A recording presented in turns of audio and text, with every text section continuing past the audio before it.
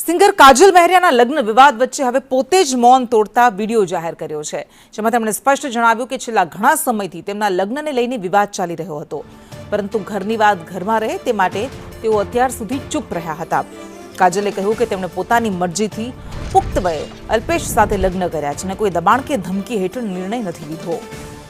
1.5 વર્ષથી બંને રિલેશનશિપમાં હતા અને પરિવારને જાણ હોવા છતાં તેમને આ સંબંધ મંજૂર નહોતો. તેમ છતાં પોતાના ભવિષ્ય માટે પોતે જ નિર્ણય લીધો છે.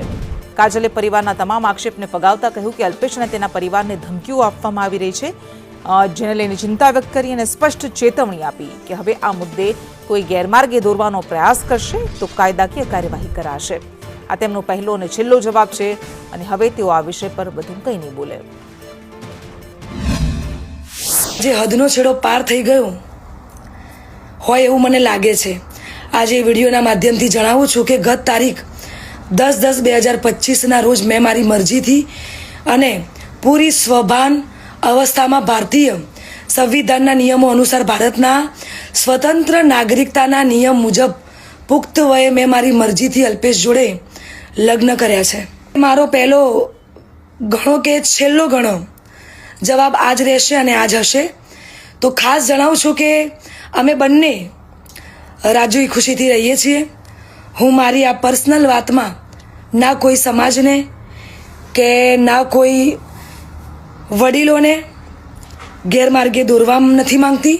એટલે હું સનાતન ધર્મમાં માનું છું અને મારા પરિવાર દ્વારા અલ્પેશ અને મારા પર જે આક્ષેપો નાખવામાં આવ્યા છે, અલગ અલગ ધમકીઓ, મારી નાખવાની, ઉપાડી દેવાની, આ બધી ધમકીને અને ખાસ કે મારા સાસરે એટલે કે શેરથા જઈને જેમ તેમ બોલી અને ધમકીને આપી બધી વાહિયાત વાતોથી કંટાળીને તમને બધાને વિડીયો દ્વારા જણાવું છું.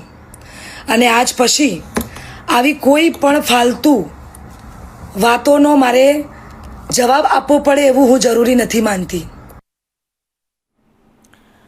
સિંગર કાજલ મહેરિયાના લગ્ન વિવાદમાં વળાંક આવ્યો અને માતાએ સામાજિક વિવાદ મુદ્દે મૌન તોડ્યું. યુવકના પરિવાર પર તેમણે ગંભીર આક્ષેપો લગાવ્યા છે. માતાએ વિડીયો જાહેર કરીને પ્રતિક્રિયા આપી કે મારી દીકરી ક્યારેય આવા લગ્ન ન કરે. છોકરો મારા ત્યાંથી 200 રૂપિયા બક્ષિસ લેતો હતો. લગ્ન પાછળ આર્થિક કારણો હોઈ શકે. આ બનાવ કઈ રીતે બન્યો મને ખ્યાલ નથી. છોકરાનો પરિવાર પૈસા માટે ગેમ રમે છે.